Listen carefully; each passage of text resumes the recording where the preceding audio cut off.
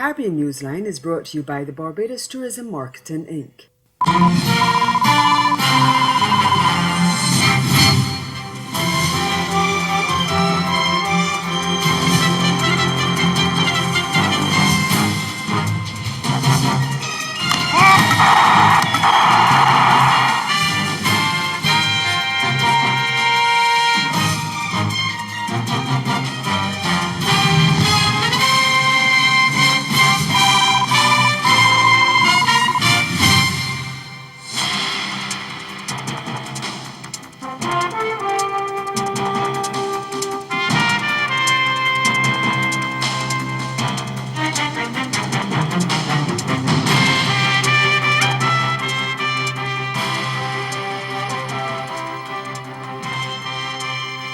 A recent Caribbean Court of Justice ruling could be ignored if the Belize Parliament has its way. That's our top story in Caribbean Newsline for Wednesday, November 29. From the CMC News Center in Bridgetown, I'm Nicole Best. Good evening.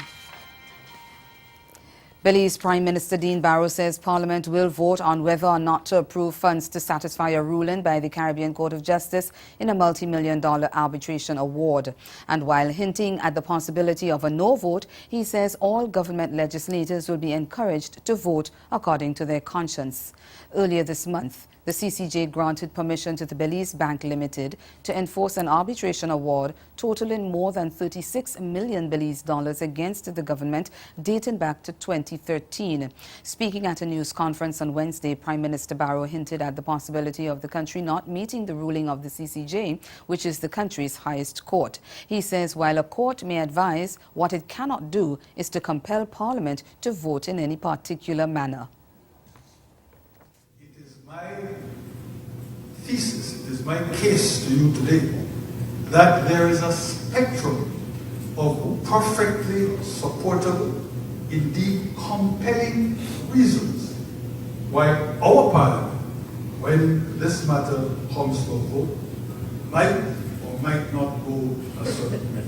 Not for me to say, not in advance of the vote. So, let me not get ahead of myself. Let us wait and see, even though some of you might think that the facts point unswervingly in a certain direction. What I will tell you is that each member of the government side of the House will be directed when this bill is presented to vote his or her conscience. Barrow says any decision made in Parliament is unchangeable. The arbitration award was ordered by a tribunal of the London Court of International Arbitration and required the Belize government to pay the Bank of Belize 36.8 million Belize dollars with interest at 15% and arbitration cost of £536,817. Last Wednesday, the CCJ also awarded the bank legal costs in the CCJ and the Belize Court of Appeal and Supreme Court hearings. Well, meanwhile, the Belize Foreign Minister Wilfred Erlington is expressing disappointment with another recent ruling of the CCJ. The regional court ruled against him in a matter involving his law firm and Progresso Heights Limited, a real estate company which he helped to establish. Erlington says though he plans to honor the decision, he feels the court was hostile toward him. I can tell you that the decision which they gave against me was wrong, both in law and in fact. And I'm not afraid to say that. I mean, I'm bound to honor it, but it's completely and totally wrong. They seem to have been very hostile even before I was able to say a word. And I formed the view that they really hadn't paid any attention to the position I took. They seem to have taken the position that, look, one, you're an attorney, and you know, people tend to think that attorneys are less than honest. And then you're a politician. That is compounded because attorneys and politicians are not looked upon as being honest. And so they just decided against me without really and truly listening to what I was saying, and in fact looking at the arguments that I was putting forward. So Erlington, who once served as Attorney General, was a major proponent of the CCJ and supported government's decision in 2015 to sign on to the appellate jurisdiction. He now says if he had to do it all over again, he wouldn't have the same position. You see, the CCJ, like all final courts of appeal, have nobody that can, in fact, bring them in line. They can act with impunity. What can you do if the final court find against you? You are virtually without resort. Guyana's President David Granger says his administration will adhere to a High Court ruling that described as unlawful and unconstitutional a directive to the Police Service Commission to temporarily halt the promotion of senior members of the Guyana Police Force. However, Granger said while he accepted the ruling of Chief Justice Roxanne George Wiltshire earlier this month, he believes there is merit in the government's position on the matter. He told reporters even though they are respectful of that ruling, the people know very well the reasons government had to take action. In her ruling, the Chief Justice said the Constitution has no provisions for the Minister of State to direct the Police Service Commission on the issue of promotions. But Granger says while the court has now deemed the move unlawful, the state would have been failing in its responsibility if it had ignored the warnings that security was being jeopardized. He says the government is now awaiting the written ruling and will have a formal response when that document is studied. Grenada is to establish a special victims unit to combat child sexual abuse. Prime Minister Dr. Keith Mitchell disclosed on Monday during his budget presentation that $500,000 has been earmarked for this project. It will include the enactment of legislation to require convicted sex offenders to be registered, as well as the setting up of a hotline to offer information and advice and provide other services for victims and their families. This announcement follows a recent outcry from some for something to be done to address what appears to be an upsurge in sexual abuse cases, particularly against minors. In the May to June assizes this year, approximately 60% of the matters down for hearing were related to child sexual abuse. President of the Senate, Chester Humphrey, welcomes the announcement and is calling for stricter measures to deal with what he describes as an erosion of the moral fabric of society. We get more in this report from Akeisha Felix of GBN News. The cultural conditioning that parades women as sexual objects was outlined as one of the major causes of sexual violence in Grenada. So says the President of the Senate, Chester Humphrey, yesterday, as he commended the government for taking steps to ensure that the nation's children are protected against sexual abuse. You can hear it even in the songs around Christmas time. Right? This is a religious festival. And how do you sing a song about a cork in my hand and so on? And it's promoted by that. So that cultural conditioning is significantly responsible for how male persons look at women. Humphrey believes the court has been quite lenient up until recently in dealing with issues of sexual violence. So just strengthening the law alone, the punishment component is important. And I believe the courts have been too lenient up until only recently in dealing with sexual offenses. And therefore the law must address this, and changes must be made where there are mandatory sentences, stiff sentences. I've advocated the return of flogging. And I believe it does work. The Senate President is now advocating a degree of censorship of music, especially on the airwaves. That the society has been prepared to do some degree of censorship. Since the radio stations are not engaged in self-censorship sufficiently on this question. I mean, you turn to any one of the radio stations and you listen to the music that is promoted amongst youth, then it tells you why we have this cultural propensity and why it is sexual crimes are rising in this country. Among other initiatives by government outlined in the budget to deal with sexual violence is to increase allocation for social services to deal with issues such as child sexual abuse. The Ministry of Social Development would also receive a budgetary allocation of $39.7 million, an increase of $300,000 from last year's allotment. Still to come in Caribbean Newsline, a Vincentian diplomat called back home over domestic violence allegations, and he can lose his job. That's and more stories after the break. Do stay with us. To the gem of the Caribbean.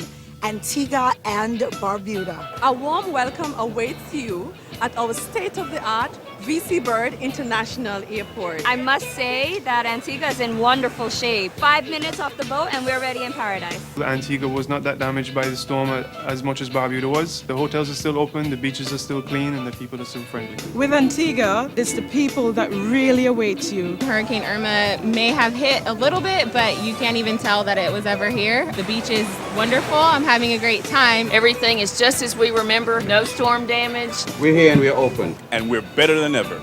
I do a lot of destination weddings, and I see weddings that could happen here, and they would be in love with it. I can't say enough about how in love with Antigua I am. It is one nation, two islands, and I'm loving it.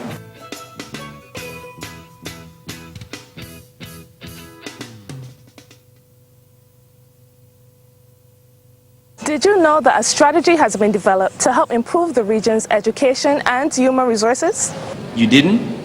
Well, the HID strategy, as it is called, will guide CARICOM in how it delivers quality education and training to the people of the region. The strategy has been crafted by a group of experts called the HRD Commission. Consultations have been done across the region to get your input. Do you know that none of us will be left behind? The HRD strategy is important to all of us, students, parents, and employers. It will prepare the region, especially the youth, for the 21st century economy and society. The HRD strategy, unlocking Caribbean human potential.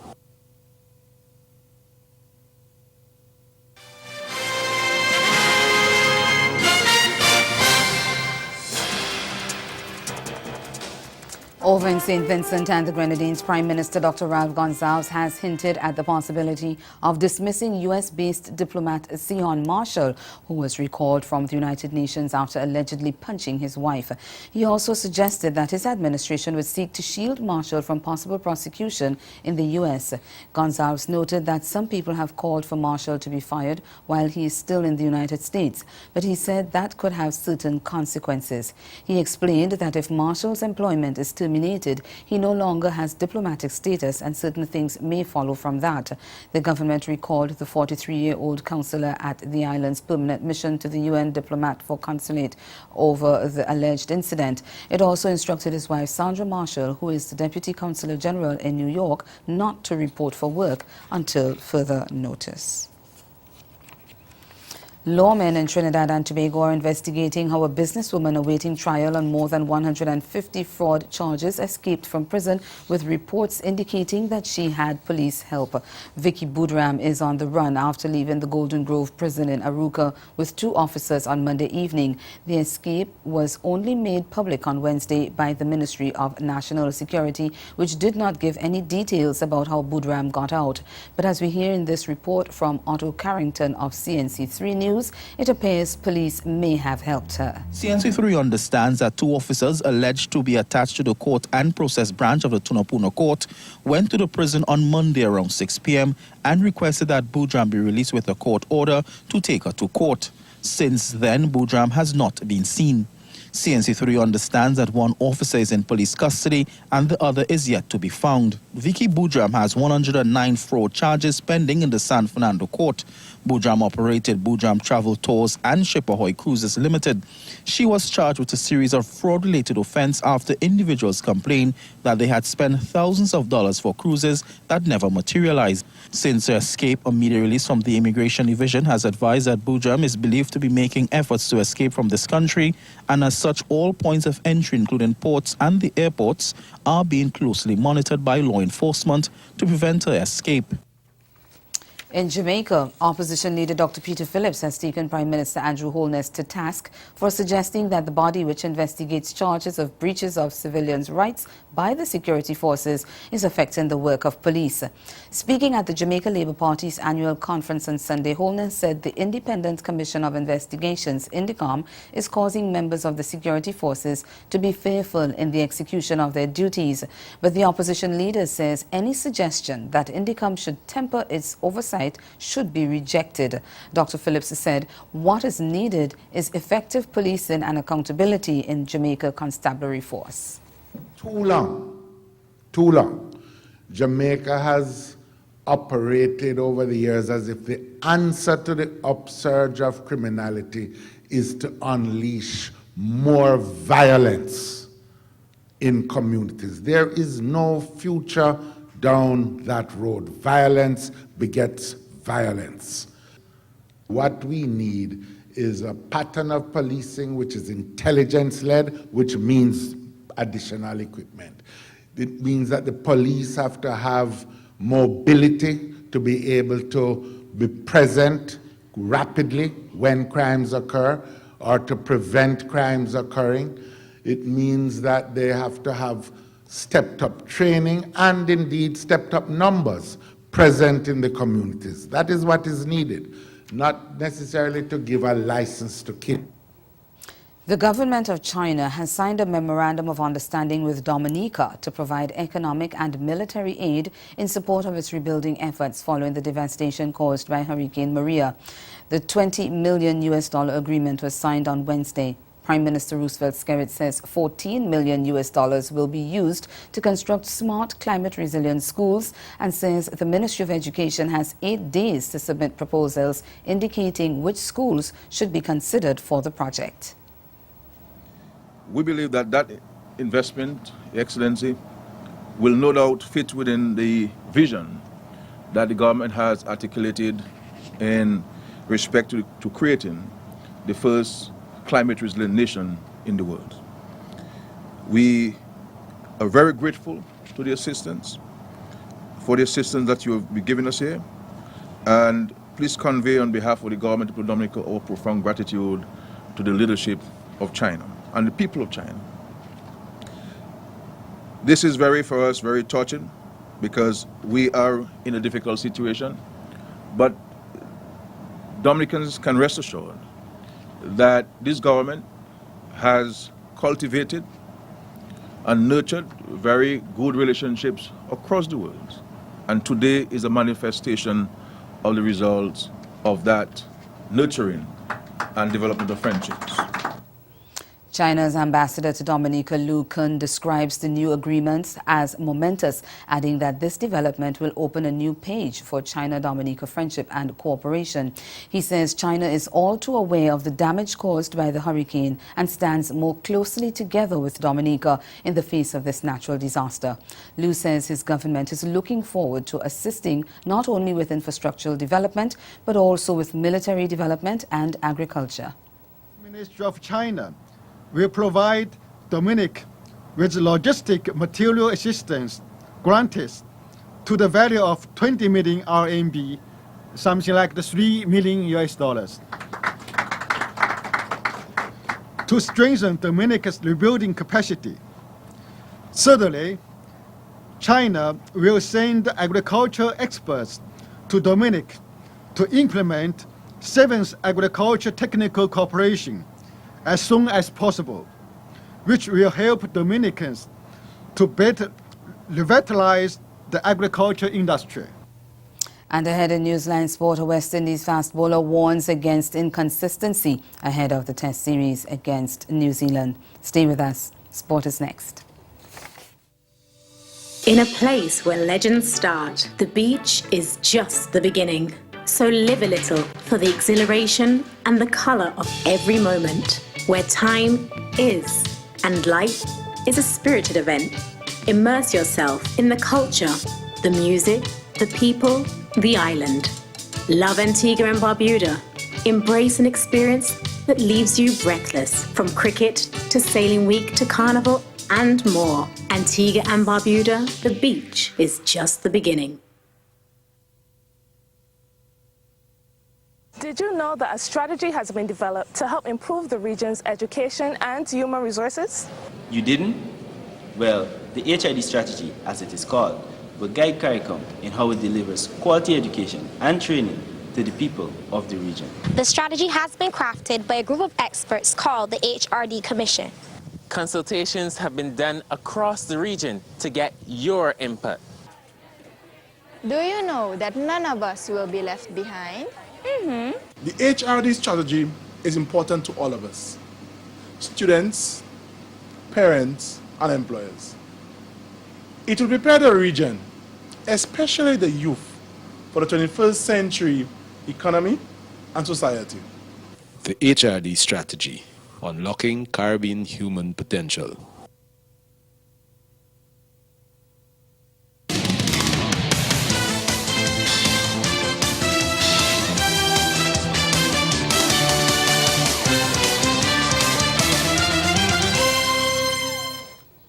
Fast bowler Kemar Roach has warned against inconsistency as West Indies gear up for their two-test series against New Zealand. Speaking to reporters on Wednesday in the build-up to the opening test at the Basin Reserve, the 29-year-old said the Caribbean side had been prone to up-and-down performances in the past, but were dealing with the issue through more intense preparation. Yeah, I think consistency is always our downfall. I think once we get on the park and perform and play as one, I think the performances will come. The guys have been preparing very well, working very hard, and I think that this test series is going to be a very good one. I think they have a fantastic team as well. The New Zealand team is very good, and I think once we can come in here and perform well as we like to do and go there and put the best foot forward, I think we will be pretty much good series. Roach, who returned to international cricket 5 months ago following nearly a year-and-a-half absence, said their historic win at Leeds last August had been particularly inspiring and had done much for the squad's confidence. That second test in England was obviously very historic for us, and I think it gave us a greater sense of belief. I think the guys now are more confident in themselves and realize that we can beat top teams and top individual players. I think once we keep believing in ourselves, I think there's nothing that can stop us. I think we just have to be consistent and keep working hard and never take anything for granted, and I think the performances will come. A veteran of 42 tests, the most by anyone in the current side, Roach was their best bowler on the three-test tour of England with 11 wickets and still managed to bowl impressively on the flat, slow tracks in Zimbabwe earlier this month when he picked up 6 wickets in 2 tests there. Alongside the likes of fellow seamers in Captain Jason Holder and Shannon Gabriel, Miguel Cummins and Alzari Joseph, Roach said he believes he has a key leadership role to play in the attack. Yeah, obviously I'm one of the guys that have played the most test matches, so I'm looked at as most senior. So it's all about me setting the tone, being a leader that I should be, and obviously putting the best foot forward for the team. I think I'm very confident in my bowling right now. I'm feeling very good about myself. I'll be able to stay on the park and stay fit for a longer period of time, and that's really good for me. And I just keep working hard and keep going hard, and obviously contribute when I can. Meanwhile, Vice Captain Craig Brathwaite believes the difficult recent tour of Zimbabwe serves as an excellent preparation for the 2-test series against the Black Caps starting at Wellington on Friday. The right-handed opener said conditions in the African nation had forced the Caribbean side to rely on grits and determination in order to succeed. And he said those attributes would also be vital in the upcoming series. Brathwaite said the batsmen especially had received a stern test. Well, Zimbabwe, despite maybe Zimbabwe not ranked very high, I think it was a tough tour. The pitches were quite slow and low and spinning from day one. So, in terms of how they played, how they set the respective fields, it wasn't easy, to score runs. But, I thought as batsmen, especially playing with spin, we found the gaps, we rotated straight well. And I thought, that momentum, gave us the ability to score big the times we did. And, it was a tour where we had to stay disciplined despite Zimbabwe. We had to keep strong in our minds, and things weren't easy, but we had to keep fighting. And I think as a team, we really keep improving tour by tour. The 3-day tour game against New Zealand A in Lincoln finished in a draw Monday with impressive performances from the visitors with both bat and ball. But Sunil Ambrose and Shea Hope scored centuries while Brathwaite got 88 in the second innings following a first innings failure. Brathwaite says with conditions much better for batting on the bouncier pitches here, he expected the Windies to capitalize. Well, I think, it's quite similar to England. Pitches probably tend to have a little more grass, but I think, once you have a clear mind and, you play ball as late as possible, the ball bouncing and stuff with the grass, I think, as batsmen we could do well. And, you know, as a team, you know, once we could stick to our plans and stay disciplined, I believe we could come on top. We could obviously get some confidence from the Tour of England. Obviously, New Zealand have some quality, you know, bowlers. So, and it will be hard work, but I think, you know, we'll be up to the task because, you know, it's quite similar to England. So I think once you go there and, you know, stick to the basics, we'll be good. Over to track and field now. A large Cuban contingent is expected to take part in the Grenada Invitational in April next year. GBN's Blossom Alexis Welch tells us more. The Grenada Invitational meet, scheduled for April 21st, 2018, will see the addition of a contingent of athletes from Cuba in the second staging of the event. There are less than 150 days to go before the hosting of the international track and field event, and according to chairman of the local organizing committee, Dexter Mitchell, there is great anticipation among Grenadians as well as world-renowned athletes for the staging of the meet. The biggest takeaway is that we could have done it. I would share a secret with you. I actually had a concession speech written saying that we apologize for not being able to host the Grenada Invitational in 2017. And the fact that we're able to pull it off, I think, is the biggest accomplishment. And that we're able to attract athletes of world prominence, world champions, Olympic medals. And although we have announced only Justin Gatlin this morning and the Cuban athletes who are going to be here, we have several emails from athletes as far as French Guiana, from France, and so on, who have already applied. The agents saying that they want to be part of the Grenada Invitational. We really do have something. We've established something. Like you saw in the reviews, the athletes are extremely delighted to come back to Grenada. Some of them were making pledges last April that they will be coming back. So I think that for us is the biggest takeaway. Meet manager Curlin Peters says with the interest being shown, they are catering for more than the 120 athletes that competed last year. We're expecting more athletes, more events. As all the speakers said, that we invited in the Cuba Athletics Association. Some of the members will participate in the event. We also sent some invitation to get some events from some of the islands that was devastated by the hurricanes that had passed. So we're definitely looking for a lot more athletes, more events. But you know, we have the time span. That doesn't mean that we'll reduce on the local aspect of it, but we'll try to see how we could make it a lot more excited. You know, for instance, some of the 200 meters, you know, we had the A and B. We might have just the A, but we'll bring in 800 meters of what we didn't have as a full event. Mr. Mitchell. And that's the sport. Stay with us. We'll be right back. Caribbean Newsline is brought to you by the Barbados Tourism Marketing Inc. Join us from November 16th to 19th, 2017 for the Barbados Food and Rum Festival, where acclaimed Barbadian chefs and mixologists are joined by Chef Jean-Georges of the U.S., Chef Tom Akins of the U.K., Chef Chris De La Rosa of Canada, to create dining experiences to delight the senses. Visit GoingPlacesTravel.com to book your packages and visit www.foodandrum.com for more information.